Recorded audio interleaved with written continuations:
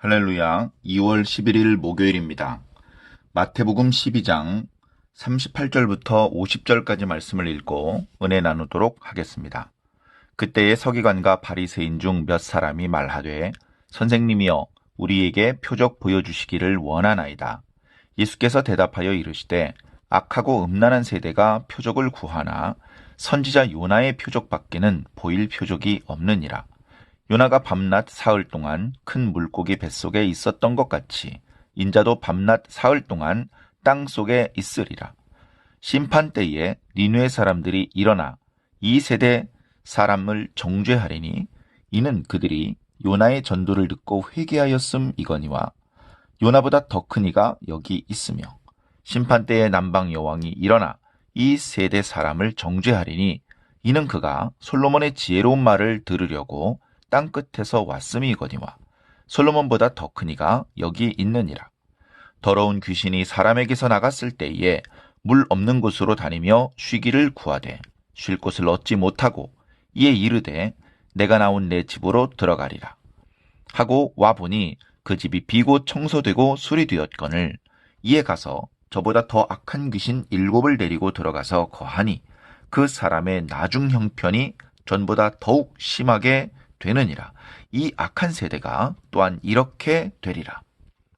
예수께서 무리에게 말씀하실 때에 그의 어머니와 동생들이 예수께 말하려고 밖에 섰더니 한 사람이 예수께 여짜오되 보소서 당신의 어머니와 동생들이 당신께 말하려고 밖에 서 있나이다 하니 말하던 사람에게 대답하여 이르시되 누가 내 어머니이며 내 동생들이냐 하시고 손을 내밀어 제자들을 가리켜 이르시되 나의 어머니와 나의 동생들을 보라. 누구든지 하늘에 계신 내 아버지의 뜻대로 하는 자가 내 형제요 자매요 어머니이니라 하시더라. 아멘. 명절 연휴 오늘 첫날입니다. 행복하게 또 건강하게 잘 보내시기를 바랍니다. 또 그러면서 말씀을 읽고 묵상하는 것을 놓칠 수 없겠죠. 억지로 시간을 내기 어려우시더라도 이렇게 영상을 통해서 말씀을 함께 읽고 은혜를 나눌 수 있다면 더없이 행복한 시간이 될 것이라 믿습니다. 자, 오늘 말씀에 보면요. 이제 서기관들과 바리새인들이 예수님에게 이제 가까이 나와서 선생님 이렇게 부릅니다. 선생님, 표적을 좀 보여주시길 바랍니다. 유대인들이 표적을 워낙 좋아하는 그런 습성도 있고 여기서 표적이라는 것은 당신이 어떤 사람인지를 알려줄 만한 그런 증거를 제시해달라. 당신의 정체가 어떤 사람인지 보여줄 수 있는 그런 어떤 특별한 증표를 보여달라. 그런 의미로서의 표적을 요구한 것이죠. 의례 성경에 보면 큰 선지자들은 이적을 마치 자기 마음대로 행할 수 있는 것처럼 행하곤 했었기 때문에 혹시 예수님도 그렇게 기적을 보여줄 수 있다면 우리가 인정해 줄 수 있다. 이제 그런 말을 하는 건데요.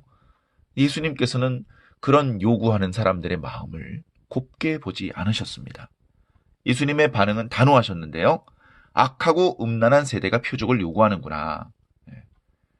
나름대로 당시 사회에서 존경받았던 서기관과 바리새인들을 가리켜 악하고 음란한 세대다라고 표현을 했습니다.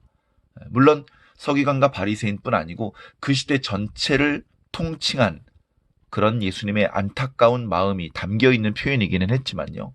참 이 표현은 사실은 가벼운 표현이 아닙니다. 악하다, 죄로 가득하다, 이런 표현이고요. 음란하다, 아주 심각한 죄죠.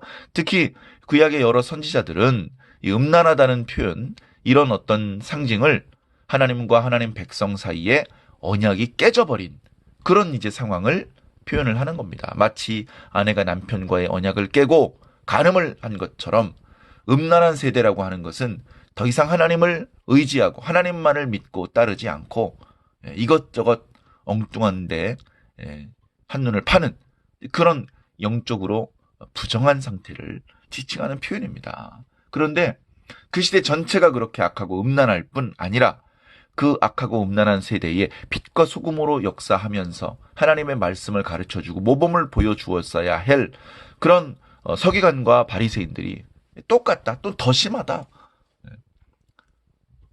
정말 정신이 온전한 사람들이라면 표적을 요구할 필요가 없습니다. 이미 예수님께서는 충분히 표적을 보여주셨고요. 그리고 그 사이사이에 던져주신 그 말씀으로 이미 그분은 당시의 서기관들을 뛰어나고 또 사람들이 알고 있던 구약의 그 어떤 선지자들보다도 위대하다는 것이 이미 드러난 것입니다. 예수님께서 집요하게 표적을 요구하는 그들에게 내가 너희에게 보여줄 수 있는 표적은 요나의 표적밖에 없다. 선지자 요나의 표적밖에 없다. 사실 구약 성경의 요나는 눈에 띄는 표적을 이렇게 사람들 앞에 보여주지 못했습니다. 예수님께서 말씀하신 물고기 뱃속에 3일 동안 있다가 나온 이 이야기는 이것은 예수님 그 요나가 자기가 의도해서 한 것이 아니고요. 요나가 이제 하나님의 명을 받고 따르지 않고 불순종하려고 했죠, 처음에. 그랬을 때에 하나님께서 요나를 풍랑 가운데 바다에 빠지게 하시고 물고기가 잡아먹게 해서 물고기 뱃속에 있게 하셨습니다. 그 물고기 뱃속에서 요나가 회개를 했었죠. 물고기 뱃속에 들어갔음에도 불구하고 3일이나 그 속에 있었음에도 불구하고 요나는 죽지 않고 다시 살아나왔고 결국 하나님께서 명하신 대로 니느웨의 도성, 사실은 그곳은 이방인의 땅입니다. 아수르의 땅이죠. 거기까지 가서 하나님의 심판을 예고하는 그 선지자의 사명을 감당했습니다. 그때 뜻밖의 이방인이었는데 여호와의 이름으로 심판을 예고했음에도 불구하고 왕부터 또 그 성에 사는 모든 사람들, 심지어 짐승들까지 회개했다라는 그런 기록을 우리가 요나서를 통해서 알 수 있습니다. 그래서 예수님께서 내가 너희들에게 요나의 표적을 보여주겠다. 요나가 물고기 뱃속에서 3일 있었던 것처럼 나는 3일 밤낮을 땅속에 있을 것이다 라고 말씀하셨습니다. 자, 이 말씀을 하시고서 곧바로 무슨 신비한 기적을 보여주신 것은 아니고요. 이 말씀은 우리가 잘 아는 것처럼 예수님께서 십자가에 달려 돌아가신 무덤 속에서 3일 있다가 3일 만에 부활하시는 그 기적을 말씀하시는 것이죠. 자, 근데요. 문제는 뭐냐? 예수님 능력을 행하실 수 있는데 저 서기관과 바리새인들 앞에 능력을 좀 보여주시지.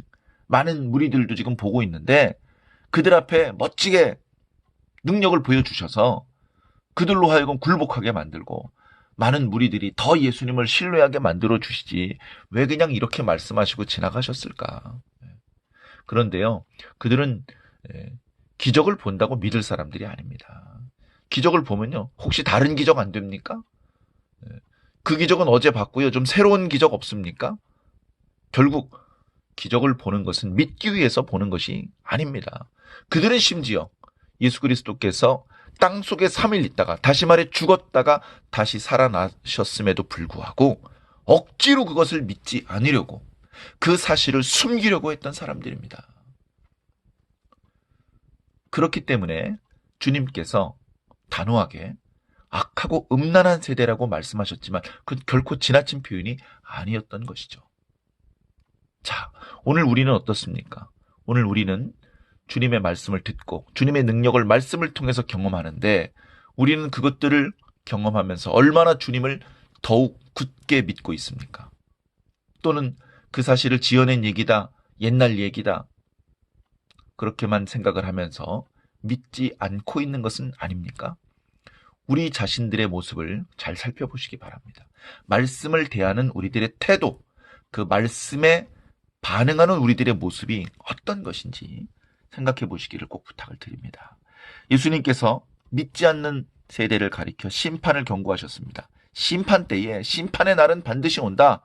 그때에 니느웨 사람들이 일어나서 오늘 너희들을 심판할 것이다. 왜? 니느웨는 요나의 말을 듣고 다 회개했습니다. 근데 너희는 여기 요나보다 더 큰 자가 있는데도 불구하고 말씀을 듣고 회개하지 않았다. 심판 때에 남방 여왕이 남방 열왕기에 보면 남방 여왕 구스의 여왕이 찾아왔었죠. 많은 이제 선물도 주기도 했습니다. 온 이유는 그 솔로몬의 지혜로운 말을 직접 듣기를 원했던 것이죠. 그가 와서 보니까 솔로몬에 대한 소문이 결코 과장된 것이 아니었습니다. 과장된 게 아닌 것이 아니고 소문이 오히려 실제보다 작은 거였습니다. 소문이 과장된 것인 줄 알았는데 그 소문보다 훨씬 뛰어난 솔로몬의 지혜를 경험을 했던 것이죠. 그런데 여기 솔로몬보다 더 큰 이가 있다. 그럼에도 불구하고 너희들은 말씀을 듣지 않고 있다. 자, 이어지는 어떤 비유를 들어서 말씀하시는 더러운 귀신이 사람 속에 들어있었다. 근데 그 더러운 귀신이 그 사람 밖으로 나갔다. 잠깐 동안은 그 사람이 제정신이 돌아왔겠죠. 회복이 되었겠죠. 그런데 회복된 태로 그 빈집인 상태로 있어서는 안 됩니다. 쫓겨났던 귀신이 있을 곳이 없습니다. 그래서 전에 있던 곳으로 다시 들어가 볼까 하면서 전에 있던 그 사람에게 들어와 보니까 여전히 비어 있습니다. 그리고 약간 정돈이 되어 있습니다. 어허? 정돈도 있고 텅 비어 있네 하면서 다른 자기보다 더 더럽고 악한 귀신 7을 데리고 들어갔다. 귀신 하나가 들어갔을 때도 그 사람이 형편이 말이 아니었는데 7 귀신이 들어갔으니 그의 형편은 나중 형편은 예전보다도 훨씬 더 나빠졌다. 이 세대가 그렇게 될 것이다. 이 세대가. 예수님이 오셨습니다. 예수님의 말씀을 듣고 예수님을 믿고 영접해야 됩니다. 그런데 예수님께서 기적을 행하시고 예수님께서 말씀을 전하시는 그 잠깐 동안 온전해졌다가 이제 예수님께서 떠나시면 전보다도 더 악한 지경으로 떨어질 수도 있는 것입니다. 여러분, 말씀 듣고 즐거워하고 말씀 듣고 기뻐하는 사람을 많이 봅니다.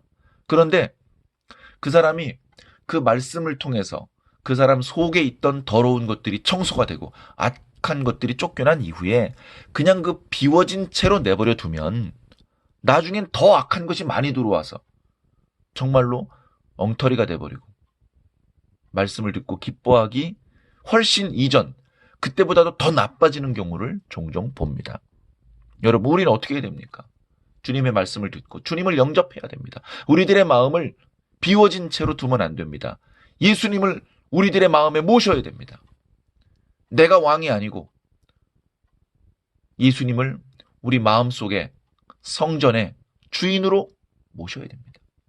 예수님으로 우리들의 마음과 생각과 영혼이 꽉 차야 됩니다.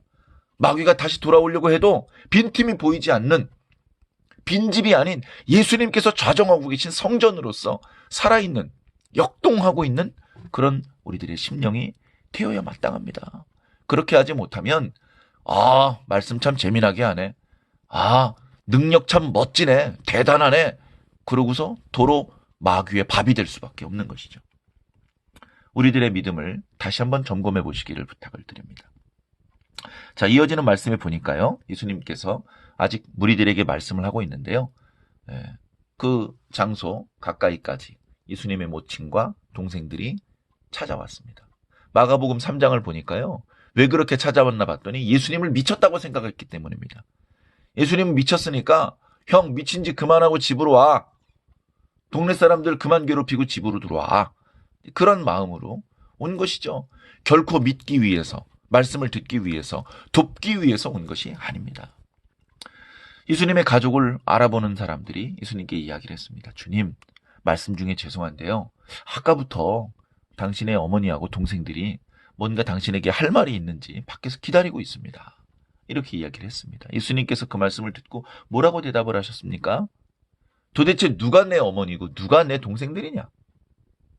사람들이 또 주님께서 뭐라고 말씀하시려고 저렇게 운을 떼시나 그러고 있는데 예수님께서 주변에 앉아있는 사람들을 보시고 그 제자들을 가리키시면서 이 사람들이 바로 내 어머니고 내 동생들이다.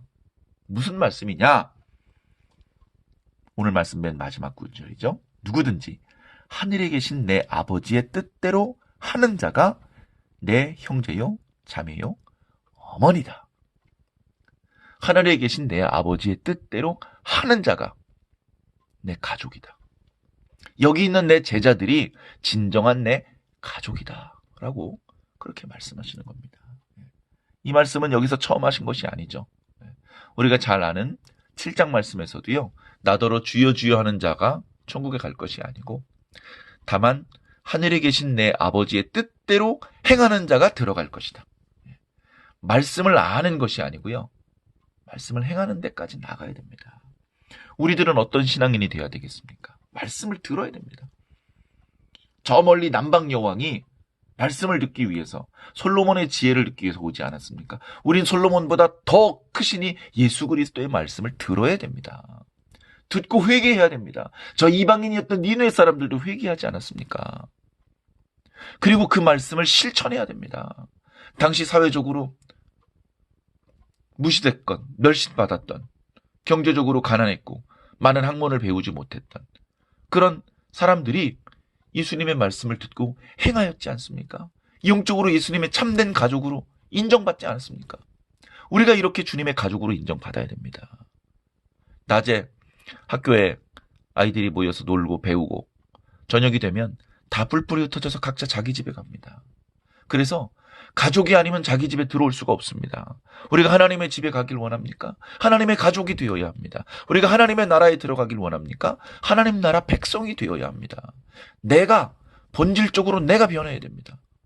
그리고 그 가족의 가장이신 예수님, 그 나라의 왕이신 하나님께 너는 나의 백성이구나, 너는 나의 가족이구나 인정을 받아야 되는 것이죠. 내 마음대로 주님은 인정하지 않으시는데 내 마음대로 난 주님의 가족이야, 난 하나님의 백성이 아무리 주장해봤자 소용이 없습니다. 주님께서는 누구든지 내 가족이 될 수 있다. 하늘에 계신 내 아버지의 뜻대로 행하는 자가 되어야 한다. 사랑하는 성도 여러분, 명절이지만 우리 부지런히 주님의 말씀을 읽고 들읍시다. 그 말씀 앞에 회개할 말씀이 있으면 회개하고 감사할 부분이 있으면 감사합시다. 그리고 그 말씀을 우리가 사는 일상의 시간들을 통해서 실천하는 자가 됩시다. 주님을 기쁘시게 하는 자가 됩시다. 하나님께 영광을 돌리는 자가 됩시다. 많은 사람들을 옳은 대로 돌아오게 하는 자가 됩시다. 좋은 열매 많이 맺어서 하나님 나라에 합당한 자로 꼭 인정받으시기를 예수님 이름으로 간절히 축원합니다. 아멘.